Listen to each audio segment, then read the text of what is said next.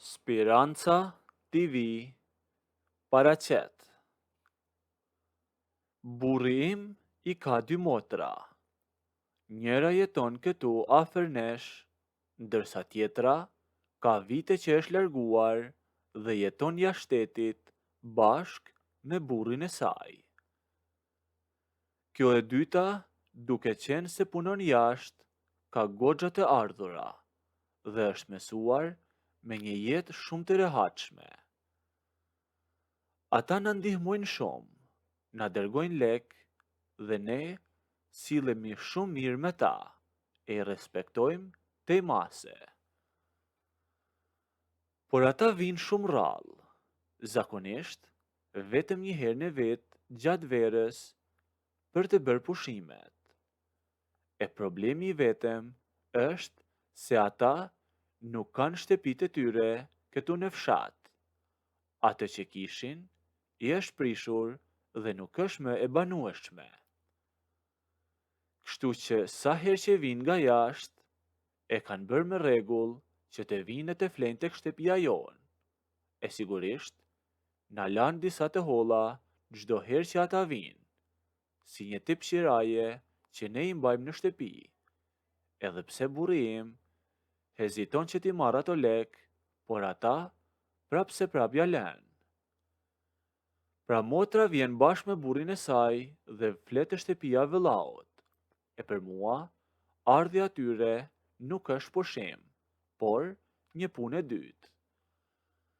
Gjatë atyre javëve që ata qëndrojnë këtu, unë rri në këmbë nga mëngjesi deri në darkë, e rri si shërbetore për ta, e rri nga respekti, e jo nga detyrimi. Mundohem t'i pres mirë sa herë që vinë, zgjohem e para për të bërë gati mëngjesin, e kur ata dalin, pastroj dhomat e tyre, laj pjatat, përgatis dreken dhe u bëj kafe të gjithë njerëzve që vinë për t'i takuar. Ata vetëm rrinë e pushojnë. Unë nuk I kam thënë asnjëherë gjë burrit, e kam mbajtur veten sepse e prisja jashtëzakonisht mirë nga që vinin rrallë, por lodhja ishte aty.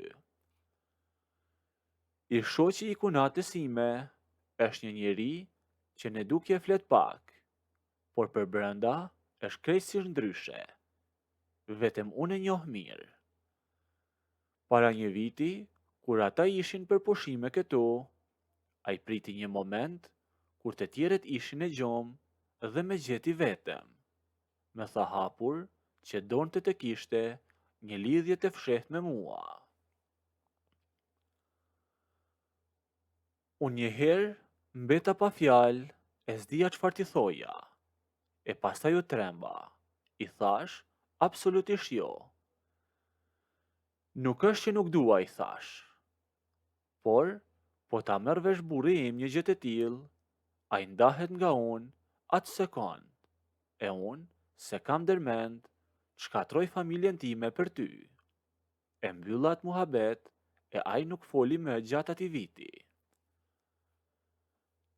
Këtë vit, erdhi sërish koha e pushimeve, e ata mbërriten para 2 javësh. E njëjta histori filloi nga e para. Unë prap te furra e sobës, prap duke pastruar, me shtëpinë plot zhurmë me njerëz dhe ai nuk kishte hequr dorë. Gjeti përsëri një moment kur unë po mblidhja disa gjëra në korridor. Me doli përpara dhe me përsëriti prap të njëjtën kërkesë për lidhje. Unë këtë herë u bëra me nerva. Lodhja e ditës më kishte ardhur në majet e hundës. Të kam thënë 100 herë jo, I thash atij. Unë lidhje nuk dua dhe nuk bëj. Një lidhje do të thotë që ti do të fillosh të më shkruash tërkohen, do më dërgosh mesazhe e do më marrësh në telefon. E këto gjëra lën gjurmë dhe do mi shohin të tjerët. Do futem kot në bela. Ai donte të më mbushte mendjen, por unë ndërpreva. Të më kishe thënë, vetëm sa për një herë, ndonjë puthje, edhe po. Por, a she se si jemi këtu? Të gjithë janë në shtëpi. Këtu lart e poshtë, vërdalosen të gjithë.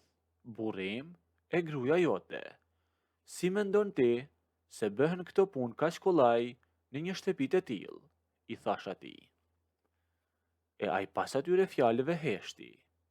E kuptoi që situata dukej vërtet e pamundur dhe u largua në dhomën e tij. Disa ditë më vonë, fshati ynë kaloi një alarm të vërtet.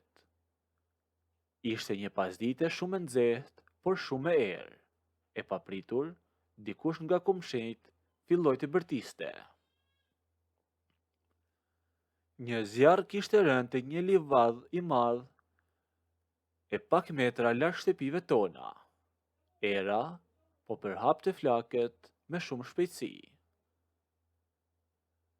Fshatarët u tmerruan nga friga se mos zjarri shkonte tek muret e shtëpive. E u bë një kaos i vërtet. Edhe në shtëpinë tonë u ngriten të gjithë në këmbë. Burri im mori disa lopata e u tha djemve të merrnin çfarë të mundnin e dolen me vrap nga porta. Por edhe motra e burrit doli pas tyre për të parë e për të ndihmuar gjonja fësinjet. Të gjithë po vraponin drejt livadhit për të fikur zjarrin. Për pak sekonda, shtëpia u boshatis plotësisht nga ata, por unë nuk dola. Mbeta brenda për të mbyllur dritaret e dhomave që të mos futej tymi brenda. E kur zbrita në salon, pash që dhe i shoqi i motrës e burrit nuk ishte dalë me të tjerët, a kishte qëndruar aty.